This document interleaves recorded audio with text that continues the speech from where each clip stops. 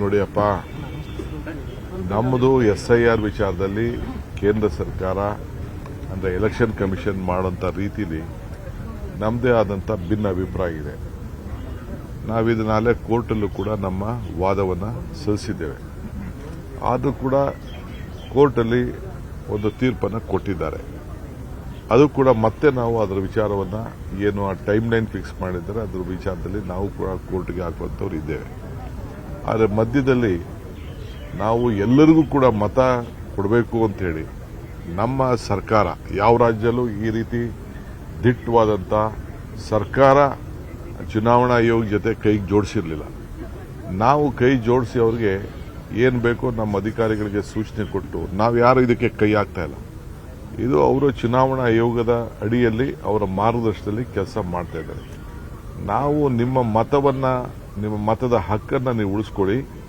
ನಿಮ್ಮ ಮತ ಇದ್ರೆ ನಿಮ್ಮ ಬದುಕು, right to vote, right to live ಅಂತ ಹೇಳಿ ನಾವು ಎಲ್ಲರಿಗೂ ಕೂಡ ನಾವು ಜಾಗೃತಿ ಮೂಡಿಸ್ತಾ ಇದ್ದೀವಿ. ಎಲ್ಲ ಪಾರ್ಟಿಯವರು ಕೂಡ BLAಗಳನ್ನು ಅಪಾಯಿಂಟ್ ಮಾಡಿಕೊಳ್ಳಲಿಕ್ಕೆ ಚುನಾವಣಾ ಆಯೋಗ ಅವಕಾಶ ಕೊಟ್ಟಿದೆ. ಅವರು ಕೂಡ ಬಿಜೆಪಿಯವರು ಕೊಟ್ಟಿದ್ದಾರೆ, ದಳದವರು ಕೊಟ್ಟಿದ್ದಾರೆ, ಕಾಂಗ್ರೆಸ್ ಪಾರ್ಟಿಯವರು ಕೊಟ್ಟಿದ್ದಾರೆ, ಎಲ್ಲರೂ ಕೊಟ್ಟಿದ್ದಾರೆ. ಜೊತೆಗೆ ಸಂಘ ಸಂಸ್ಥೆಗಳು ಕೂಡ ಇದಕ್ಕೆ ಸೇವೆ ಮಾಡಬಹುದು, ಸಹಾಯ ಮಾಡಬಹುದು ಅಂತ ಕೂಡ ಹೇಳಿದ್ದಾರೆ. ಇದು ಅವರು SIRನ ಅವರವರ ಅಧಿಕಾರಿಗಳು ಅವ್ರಿಗೇನು ಮಾರ್ಗದರ್ಶನ ಇದೆ ಅದ್ರ ಪ್ರಕಾರ ಮಾಡ್ತಾ ಇದ್ದಾರೆ. ನಾವು ಸರ್ಕಾರದವರು ಯಾವ ರೀತಿ ಮಧ್ಯಪ್ರವೇಶ ಮಾಡೋದಿಲ್ಲ. ಆದರೆ ಅವ್ರಿಗೇನು ಆತಂಕ ಅಂದರೆ ನಮ್ಮ ಜನರಿಗೆ ಸರ್ಕಾರ ಇಷ್ಟು ಜಾಗೃತಿ ಮೂಡಿಸ್ತಾ ಇದೆಯಲ್ಲ, ಅದಕ್ಕೆ ಅವ್ರಿಗೆ ಭಯ ಇದೆ. ಅವ್ರ ಎಲೆಕ್ಷನ್ ಕಮಿಷನ್ ಬಗ್ಗೆ ಅವ್ರಿಗೆ ನಂಬಿಕೆ ಇಲ್ಲ ಅನ್ನೋದು ಅವರು ವ್ಯಕ್ತಪಡಿಸಿದ್ದಾರೆ. ಇದನ್ನು ರದ್ದು ಮಾಡಬೇಕು ಅಂತ ಹೇಳಿದ್ದೆ, ಅದು ಚುನಾವಣಾ ಆಯೋಗಕ್ಕೆ ಬಿಟ್ಟಿದ್ದಂಥ ವಿಚಾರ. ನಾವು ಕೂಡ ಅನೇಕ ವಿಚಾರದಲ್ಲಿ ಇವತ್ತು ಎಲ್ಲರಿಗೂ ಕೂಡ ಕ್ಯಾಸ್ಟ್ ಸರ್ಟಿಫಿಕೇಟ್ಗಳು ತೆಗೆದುಕೊಂಡಿದ್ದಾರೆ. ಸುಮಾರು 4.25 ಕೋಟಿಯಷ್ಟು ಜನ OBC certificate, SC certificate, ST certificate, ಕೆಲವು ಮೈನಾರಿಟಿ ಸರ್ಟಿಫಿಕೇಟ್ ಎಲ್ಲ ತೆಗೆದುಕೊಂಡಿದ್ದಾರೆ.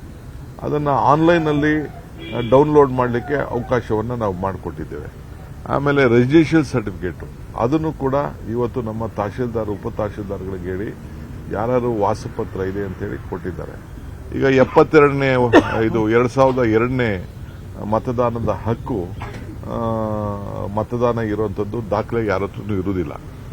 ಅದಕ್ಕೆ ಈ ಸಂದರ್ಭದಲ್ಲಿ ಅದಕ್ಕೂ ಕೂಡ ಡೌನ್ಲೋಡ್ ಮಾಡಲಿಕ್ಕೆ ಇವತ್ತು ನಾವು ಅವಕಾಶವನ್ನು ಮಾಡಿಕೊಟ್ಟಿದ್ದೇವೆ.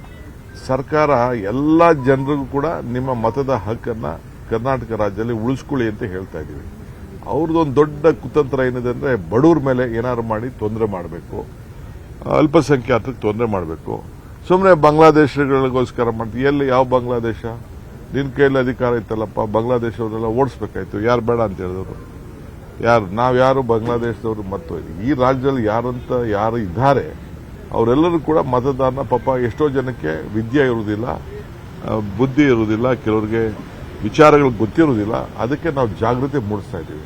ನಿರ್ಭೀತ, ನಿಷ್ಪಕ್ಷಪಾತ, ವಿಶ್ವಾಸಾರ್ಹ ಸುದ್ದಿಗಳಿಗೆ ಮತ್ತೊಂದು ಹೆಸರಾಗಿರುವಂತ News18 ಕನ್ನಡ ಈಗ ಆಪ್ನಲ್ಲೂ ಲಭ್ಯವಿದೆ. ದಯವಿಟ್ಟು ಇಲ್ಲಿರುವ QR ಕೋಡ್ ಅನ್ನ ಸ್ಕ್ಯಾನ್ ಮಾಡಿಕೊಂಡು ಆಪ್ ಅನ್ನ ಡೌನ್ಲೋಡ್ ಮಾಡೋದಕ್ಕೆ ಮರಿಬೇಡಿ. ನಿಮ್ಮ ಬೆಂಬಲ ಹೀಗೆ ಸದಾ ನಮ್ಮೊಂದಿಗಿರಲಿ.